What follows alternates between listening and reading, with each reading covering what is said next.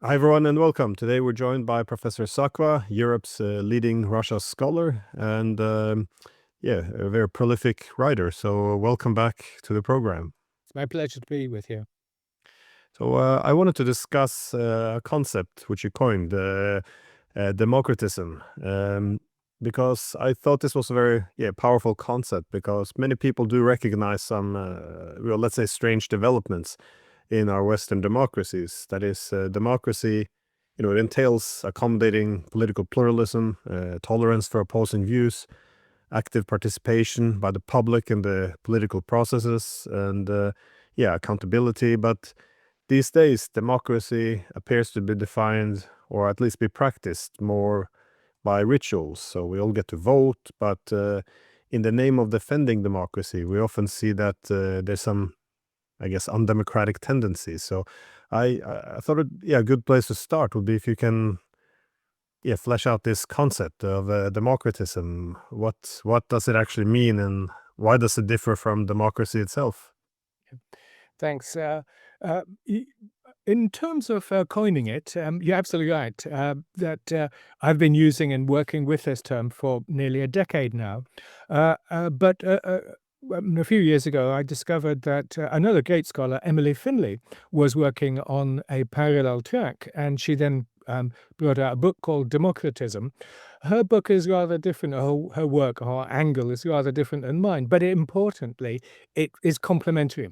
Basically, Emily Finley, in her book Democratism, argues that in the Enlightenment, and particularly the Enlightenment thinkers, she focuses a lot on Jean-Jacques Rousseau and some of the great ideologists of American independence, Jefferson and others. She argues that there was always a type of substitution at work, that in the discussions of democracy, it was always interpreted in the fact that elites would effectively interject themselves between the popular will and policy outcomes. And I mean, she does, I've rather simplified her analysis, which is very rich and marvelous book, actually. Uh, but what she's saying, I think, is establishing the intellectual foundations of this tradition of democratism in Western public intellectual thinking. So that's, I suppose, there's the first point, that there's always been this sort of tension within democracy, that you can't allow democracy to become too direct, too decisive. There has to be some sort of intermediate way of doing with it. And that tradition, by the way, has been continued by a whole stack of thinkers, Christopher Lasch and others, who talk about the way that technocratic elites have substituted for the popular will and so on. And of course, I would argue that populism is a backlash against that.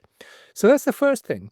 There is another, the second track, if you like. There's this intellectual foundation. The second one would be that in contemporary world, which is what I'm focusing on, that there is in elections and in contemporary political life a type of thinking of, how can I put it, to use Carl Schmitt, that 1920s or earlier great legal philosopher, a type of state of emergency is operative today. The feeling that our society is under threat, that there are things higher than democracy which we have to defend, which of course is a respectable position. In this type of emergency, elections then become no longer a simple choice of different governing parties or different governing ideas. It becomes once again a type of plebiscite on the nature of the regime itself. That, in other words, this is, I mean, it goes back to the very early elections in independent Russia in the 1990s. For example, the presidential election of Yeltsin in 1996. The idea that at stake wasn't just simply who was going to become the leader, but whether communism would return. It was becoming, in other words, the nature of the system, a systemic thing. And that sort of thinking, which again I call this democratism, has now become pervasive. We've seen it in recent elections in Romania. We've seen it constantly in elections in Georgia and elsewhere. So that's the second thing, that that elections become not simply a question of government, but a question of regime type.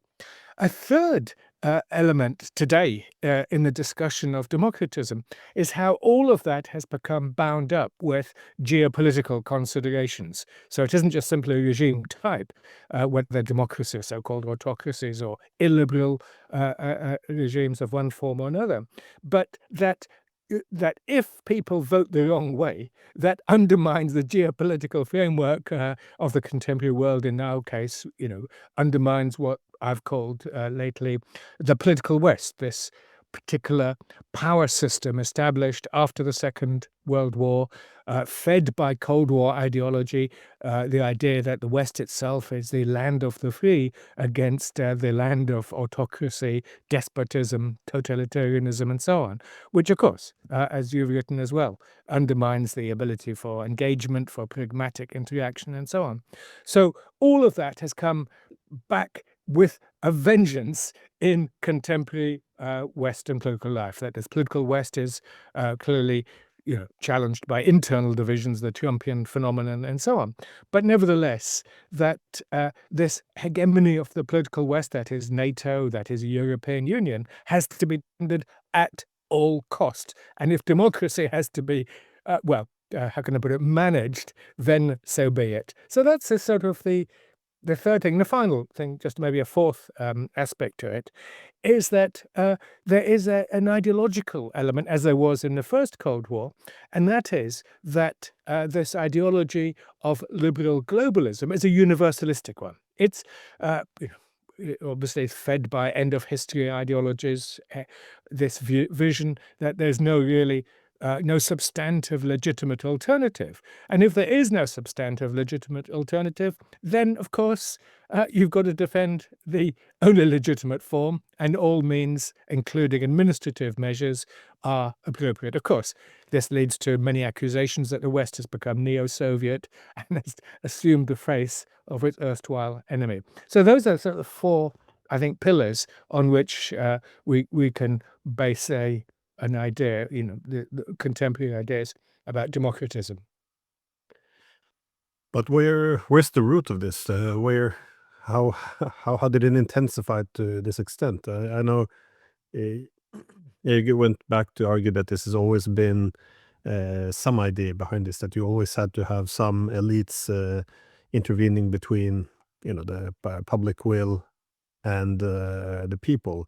Also, one could put John Stuart Mill in there as well, because he was, of course, a big advocate of liberalism, and he saw, at his time, that liberalism and democracy kind of went hand in hand as long as people voted for the liberal reforms away from the Victorian, traditional way of organizing society. But he also recognized if people would start to vote the wrong way, as you put it, that it would be better, better perhaps to have liberal elites who would then do what's best for society. And you also see, I guess, especially throughout the 19th century, a lot of concern about the uninformed masses as democracy or the right to vote would be expanded.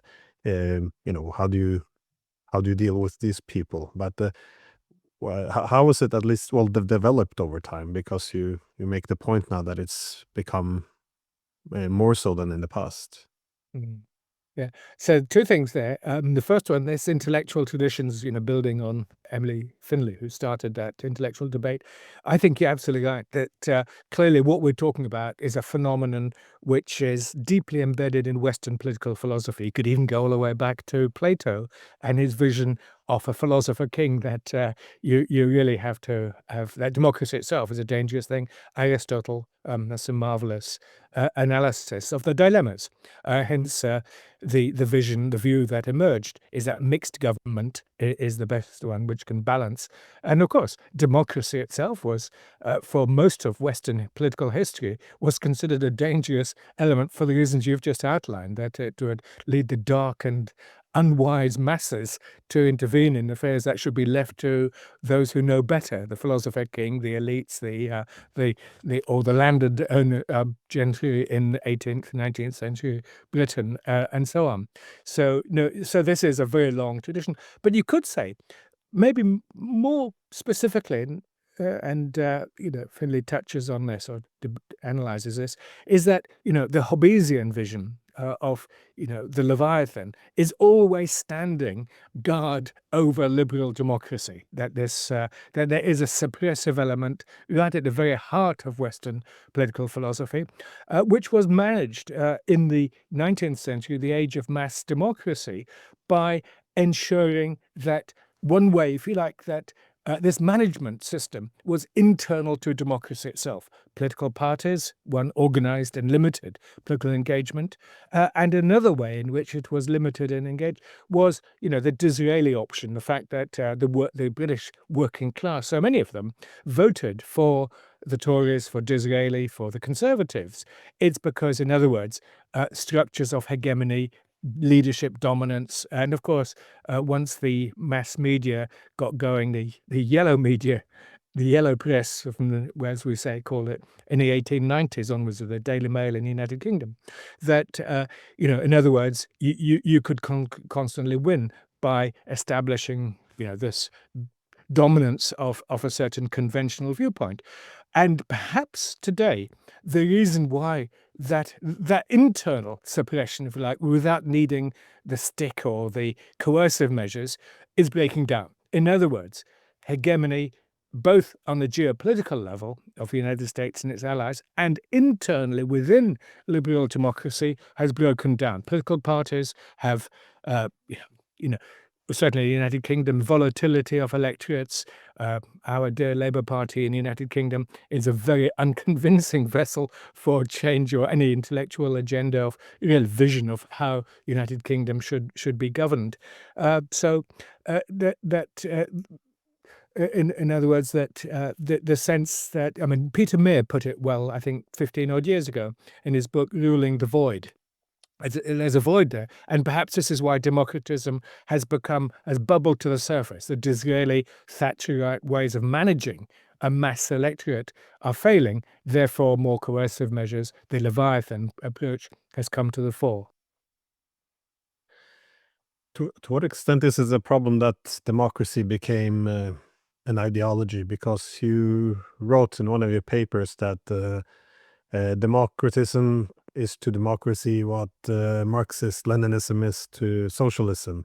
So, when I saw it, I thought a bit about economic liberalism, because if you read the economic liberals from John Stuart Mill, Adam Smith, David Ricardo, they're from the economic perspective, they're very many of them concerned about the concentration of wealth, the oligarchy. They're mainly for taxing rent seekers to perhaps finance what is of the common good, that is infrastructure, which can elevate the economic competitiveness, improve people's lives, education, all these things. But when we talk about economic liberalism today, it's become something very pure, something very neoliberal, that nothing should interfere with the market. So society becomes an appendage to the market. There should be no interference, and if the oligarchy, more and more power concentrates with the capital, then it's not a problem.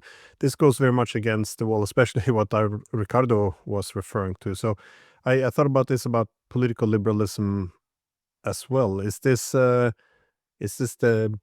historical development of democracy becoming an ideology? Because in ideology we often end up embracing very universalist concepts, and as soon as it becomes universalist, it begins to conflict with the tolerance for alternatives. It becomes more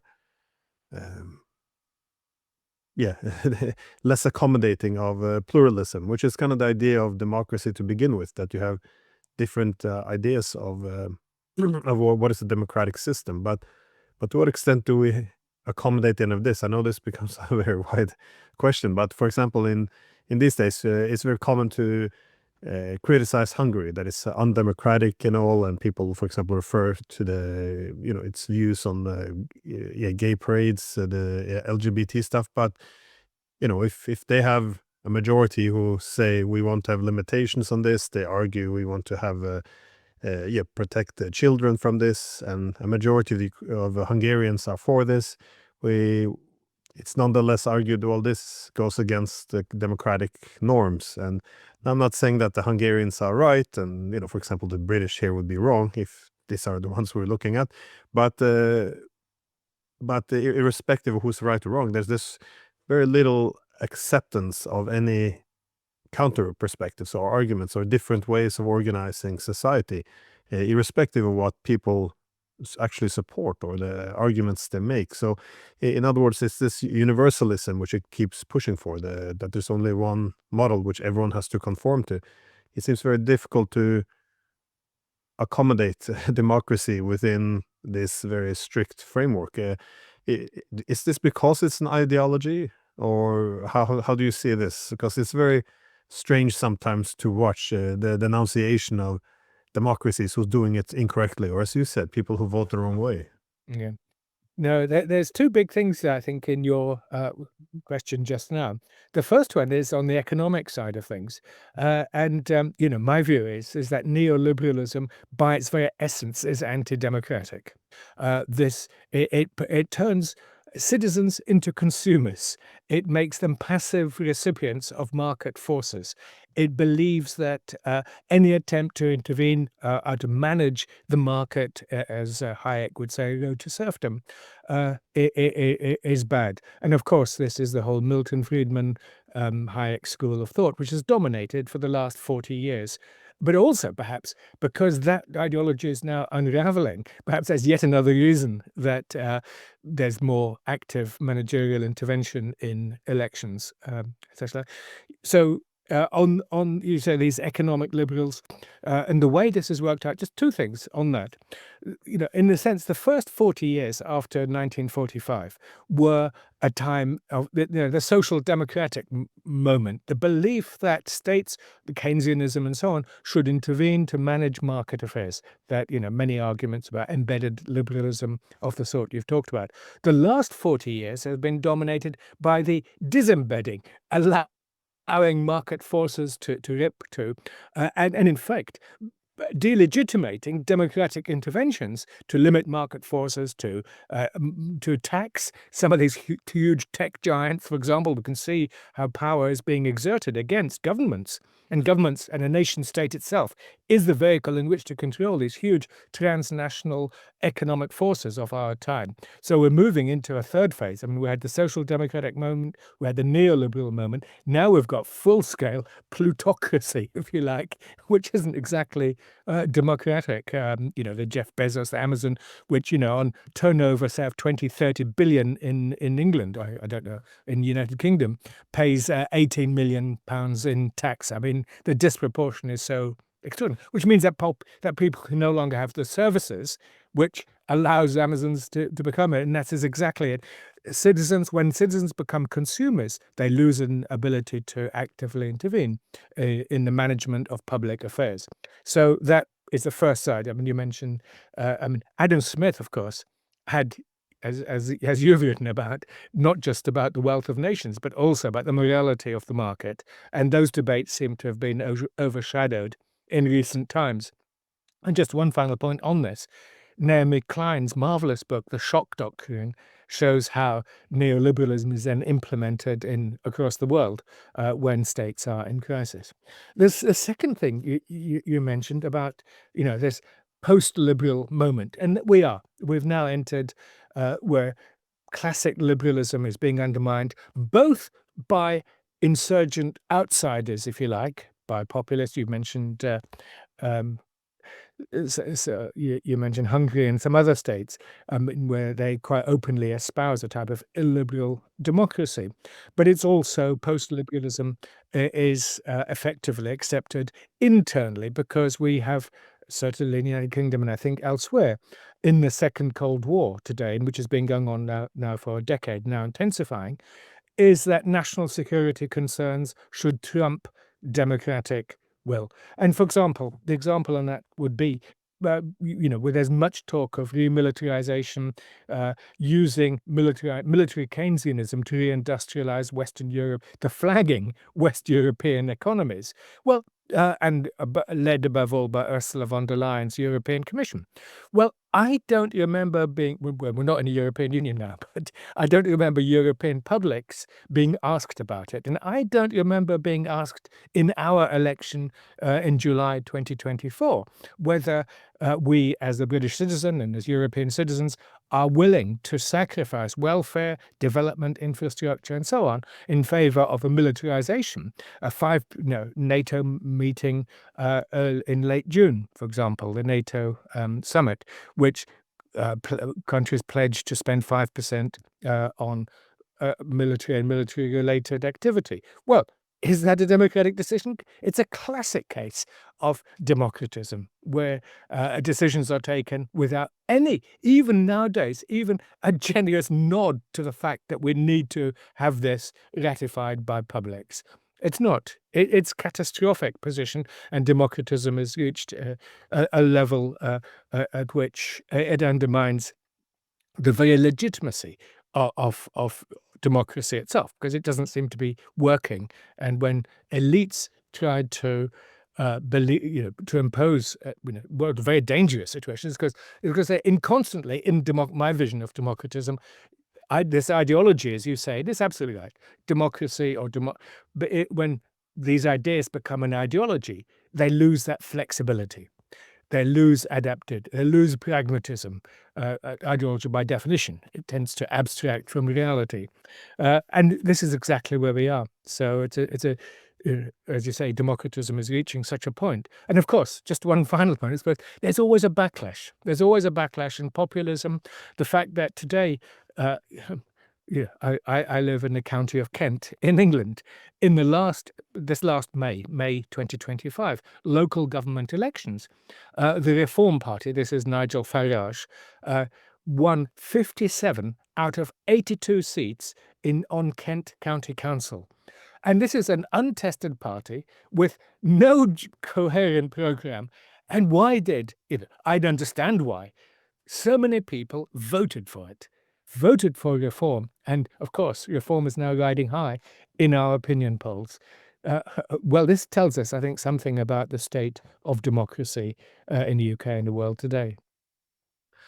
Well, the concept or the topic of populism, though, is it's also something that changed, because we've had debates about populism since at least the 19th century, and usually what it meant was when you had a political elite which became more and more disconnected with the public, to the extent they no longer had the democratic mandate or representation anymore. And then in that gap, when you have this gap between the public and the leaders, you would have populists coming along. They see this vacuum. Sometimes they take advantage. Sometimes they don't know what they're talking about. They don't have solutions, but at least they are coming in and recognizing this gap. And this is why the rhetoric is always us, the people, versus them, the elites. But this is from Bernie Sanders to Barack Obama, they refer to themselves as populists, not because it's something negative, but they did this because they recognized that the elites no longer had this democratic legitimacy anymore. At least they were challenging it. But now it seems as if the word populist is anyone who deviates from this elite consensus. So we have this more and more policies which you can't really contest, and whoever deviates from it or challenge it is now a populist. And populism is now overwhelmingly, it seems, a negative word. Indeed, you hear politicians talk about the need to fight against populism, to purge it from society. This is we can also conceptualize, I guess, populism as a democratic mechanism. That is, if you have a consensus around the political elite, establishment, they're all following the same line, which they no longer suit the public. And then in this vacuum, you have an alternative coming along. And now it seems as if a key goal to protect democracy is to eradicate this populist group, who obviously occurred or emerged in the vacuum by a political elite no longer responding properly to the public. So How does populism then fit into this concept of democratism? Yeah. Just on the US populism, you say Bernie Sanders and Barack Obama. Of course, there is a very powerful and positive progressive populism in the United States from the 1890s onwards, which in the Gilded Age, they then challenged those big monopolies, J.P. Morgan and so on, and they achieved major you know effective and good correction in US policy, so breaking up Standard Oil, etc. So it was that's why in the United States that populist tradition is perhaps seen in a slightly more positive line as re-energizing the popular interface or interaction with democracy. In Europe, of course, it's far more negative. We go back to the Poujadist movement in France of the petty bourgeoisie in the 1950s. And it's always had that sort of rather negative connotation. Until then, of course, we had, talking still of France, the Gilets jaunes in Macron's first term in France, because they were articulating the concerns of those, we call in England, the left behind, the outsiders. And in that case, green agenda trying to put up diesel prices or energy prices. And of course, in the countryside, you need to have a car and so on. So, and of course, the Gilets jaunes was suppressed with unprecedented and appalling violence, one has to say. But this is where populism puts on the agenda things that the normal democratic process fails to do. So it's a way of re-energizing politics, but at the same time, its primitive tropes, the masses have some sort of innate knowledge better than elites. And of course, that is a false, and blaming abstract elites for all of the faults in society is no solution at all either without a coherent program. So, and then of course you could say, where does genuine movement, and of course the other, in my view, questionable approach is this illiberal or illiberal approach, which again undermines the rule of law, undermines genuine popular engagement. For example, the Gay Pride March in Budapest in Hungary just recently, at the end of June 2025. It was clearly, mass protest about it, and that's not the way. You need to devise ways of gauging public opinion, mobilizing debate, and so on. The same goes in Poland about abortion laws. Yeah, how do we do it? Because against democratism, there really a number, building on those four blocks, which are, but the intellectual tradition has to be re-energized, really, that democracy. And what are we really talking about? We're talking about the genuine, what we would call agonistic debate about issues of genuine importance to the people, which isn't hijacked by this ideological interpretations of geopolitical struggle, the presentation of Russia, China, Iran, North Korea as an axis of evil ready to pounce on us at the moment of weakness. In other words, that national security has to trump democracy. So we need a full front intellectual work of the sort, we're toiling away today in that garden to try to re-energize and re-envision, what democracy must be. And it has to have ideas, it has to have analysis, but also it has to believe that ultimately we have to win people and talk with people. And, in my view, there is a desperate need for change, and it is reflected in the fact, for example, in 2016, Bernie Sanders, you mentioned, won 22 primaries in 2016. Unfortunately, democratism intervened, and the Democratic Party used administrative measures to ensure that Hillary Clinton was the candidate in 2016. And look, the outsider, Trump, won. Because, again, Trump could be called many things. I suppose populism might as well be one of them. So, as a populist insurgency with a totally incoherent policy agenda, yet Trump, if you're going to call him a populist, and in his second term as well, he asks some of the right questions. And our mainstream politicians do not have the courage to do so at the moment. Macron doesn't. Friedrich Merz in Germany doesn't. Keir Starmer has no idea even of how to formulate the sort of correct questions because of very limited political imagination. And the Labour Party is no longer a movement, it's become a machine, which basically expels dissidents, suppresses debate, suppresses democracy within the party, by the way, which would be a fine beginning to really democratize the United Kingdom. So yeah, I'm sorry, that's quite a long answer, but in the sense that, populism, all these elements are part of this, what we could call this great polycrisis of our times. And it's very, very hard to navigate within that. And I think, that's why I'm so glad that, we decided today to talk about democratism, which of course then implicitly says, how do we get back to some sort of vision of genuine competitive, pluralistic democracy, tolerance, pragmatism in international politics as well? Uh, it struck me another one, a key theme though is democracy and the concept of democratic peace, which has been so dominant in the West, especially after the Cold War. Suggests that democracy leads to more peace, exactly because the public, which does not gain or want war, has an ability to restrain its political leaders. But you see a bit of a contradiction these days. You see that the democracy itself is used as an instrument of great power politics. You create as consensus in society, democracy is important, and then, well, we represent democracy, everyone else, our opponents, are against it. So in other words, to preserve democracy, we can't challenge policies. And you see, translated into geopolitics and the liberal hegemony, it used to be in the 90s less controversial. You went to countries such as Poland, and if they were all democratic, the more democratic they were, the more pro-Western the policies would be. So kind of liberal hegemony became quite natural. Power were concentrated in the West, the more democratic these states would be. So freedom is the hegemony of the West. And but again, this, once you begin to expand this EU NATO blocks to the east, this becomes more tricky. And obviously Ukraine was the key challenge when in 2014, when you had a democratic revolution, as it's referred to, but only 20% of the public then really wanted to be part of NATO.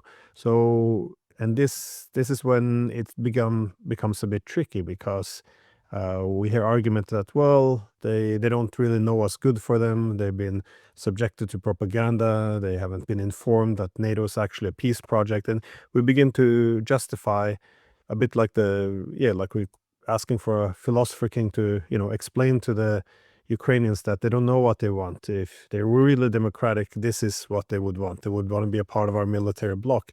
And I thought, this was problematic. But you see this expand now as well. We saw the Romania voted the wrong way. They had to do a do-over. Georgia obviously voted the wrong way. Moldova had to be also held in the hand. So make sure that they would also vote the wrong way. Vote the right way. Moldova, Hungary, also sometimes Poland, they also vote the wrong way.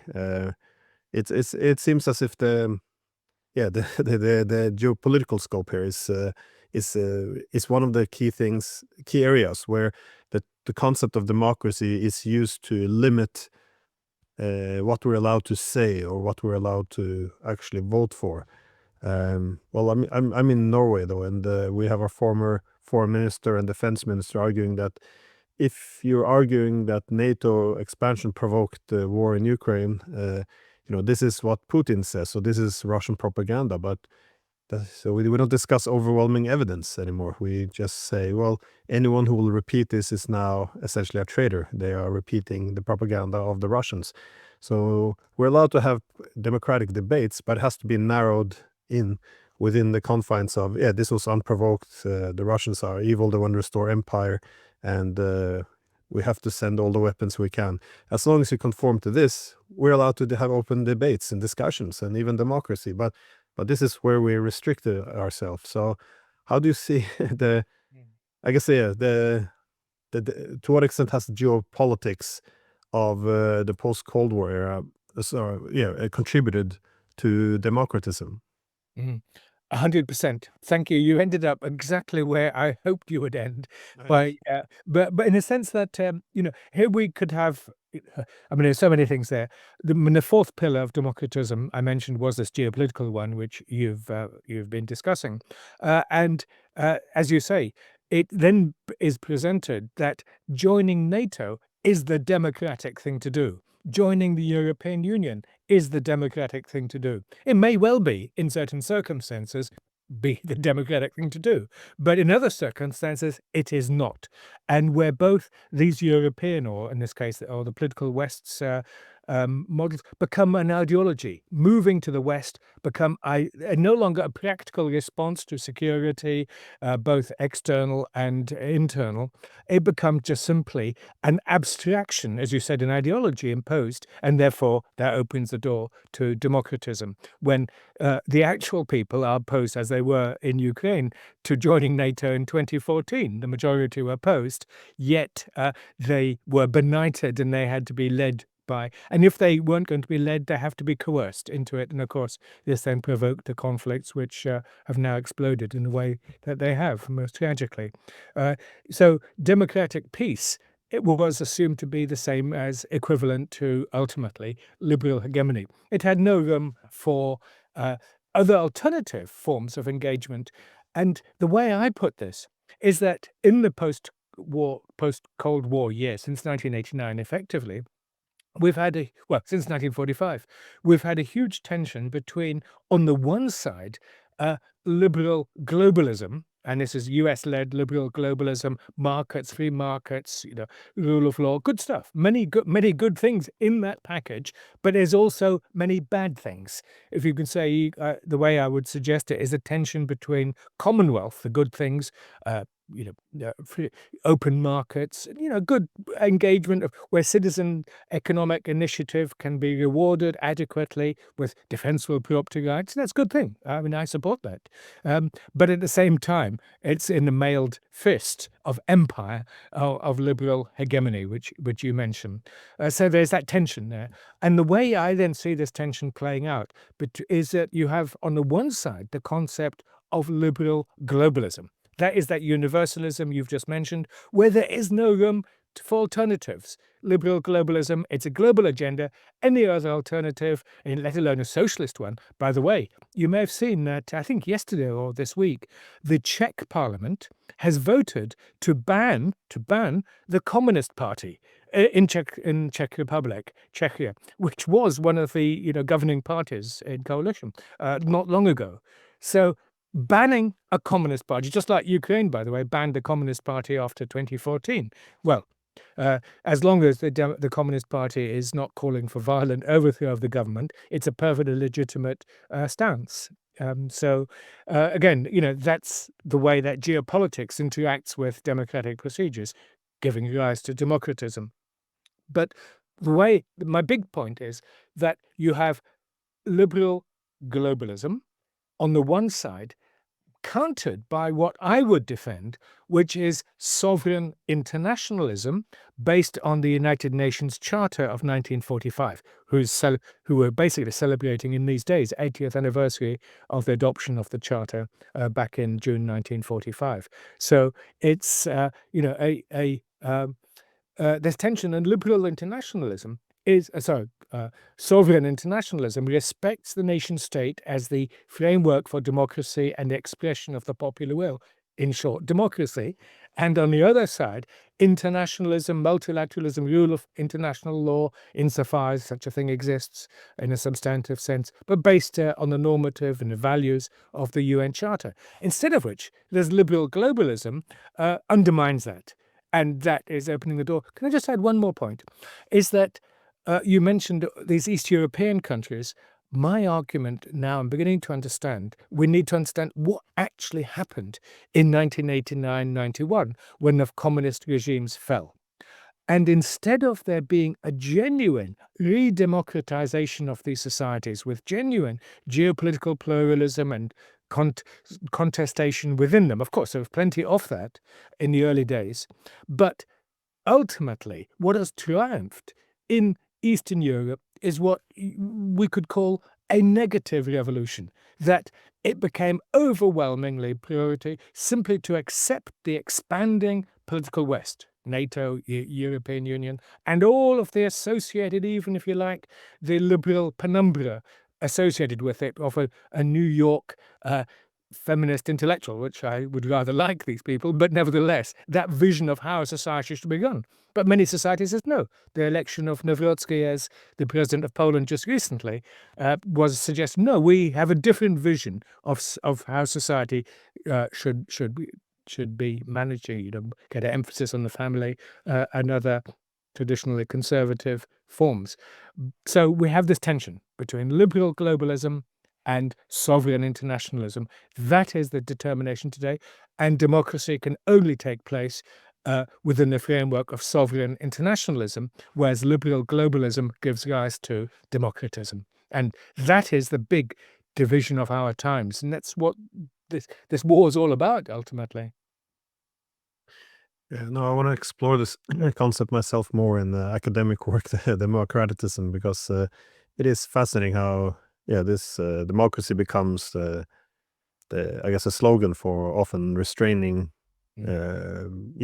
popular will, but also what was intended to create a more benign international system is now well, effectively become the war drum. Whenever we speak of democracy, it's usually used in some geopolitical struggle. So, well, before we wrap this up, do you have any last thoughts?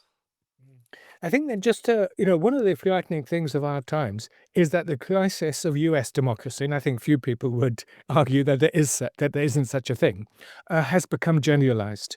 Is that we, there's much personal criticism of Donald J. Trump, but I'm not sure whether there's an effective criticism of a systemic crisis in the United States that gave rise to the Donald J. Trump who is a subject of such great criticism. And what we see in the United States is the emergence of democratism, obviously given huge impetus by the allowing of unlimited election funding through Citizens United judgment a few years back. And so this vast amount of money, which has allowed the oligarchs, and now, of course, the techno oligarchs, really to dominate the public agenda through in elections and such like. But that makes it all the more incumbent upon us in Europe, I mean, in the United Kingdom, in Norway, and in Finland, and in all countries, to say, I mean, my view has always been that we needed a neo-Gaullist, if you like, a pan-European approach to these things. This is not anti-American, it's post-American. We want to work on, and we've all have many, many friends in the United States. But it's not a question of, it's a question of saying, look, we need to move to a post-hegemonic world in which nation states, we as societies, take control of our own destiny. This also means fundamental challenge against that neoliberal dominance of those huge transnational corporations. I mean, who governs us? I'm not sure whether it's not Amazon anymore or whatever. You're really deciding and setting the agenda. I mean, our British capitalism is so weak now. It's been so thoroughly penetrated by US capital. I'm not sure that the British government has got any serious room for maneuver. So we need a fundamental manifesto of rethinking of some of the fundamental issues of our time. And for me, as a genuine, deep in the wool European, we have to do it on a pan-European framework, but not the European Union as it exists today, which has become a geopolitical project, not just undermining, but actually repudiating the very fundamentals on which the European Union was established, was as a peace project. And as I said, no one asked us, but it's now become a war project.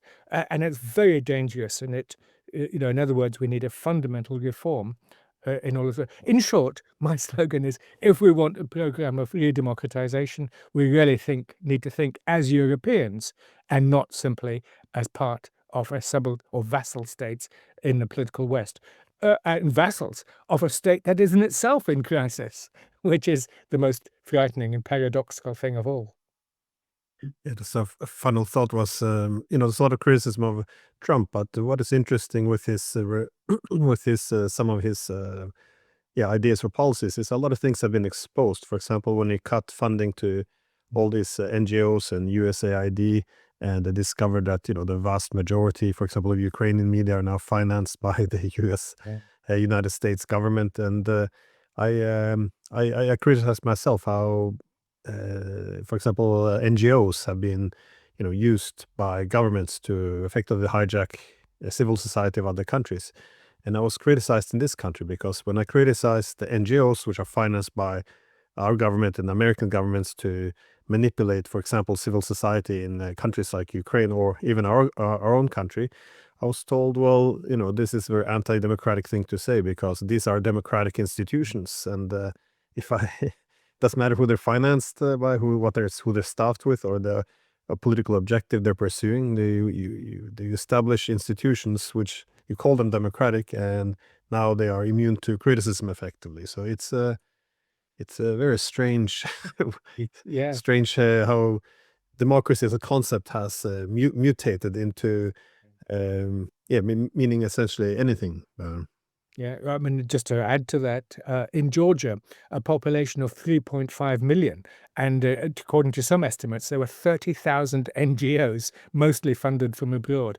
Well, that really undermines the very genuine grassroots democracy in that country, because it means that the agenda is set in Washington, D.C. or somewhere else, rather than by agonistic debate between participants in Georgian public sphere. Uh, Fortunately, by the way, the optimistic note is that in Georgia there has been this, revival, and there's intense debate in Georgia, which I think is very, very healthy, and I look forward to more of those sort of Georgian-style debates. It's just beginning in Georgia, but it's there, and the sense that to expose, because what you just said about NGOs is a classic feature of democratism, is that democracy is something from abroad, whereas, by definition, democracy has to be responsive to the needs, concerns, and aspirations of a people in a nation state themselves. Yeah, so our NGOs, do they spread democracy or do they undermine democracy? This should be, at least the discussion should be allowed to be held. This is in a democratic society. Anyways, Professor Richard Sakwa, thank you so much for your time. And I will add some links to your recent books in the descriptions, which I highly, highly recommend. And thank you so much for your time. It's my pleasure. Thank you very much. All the best.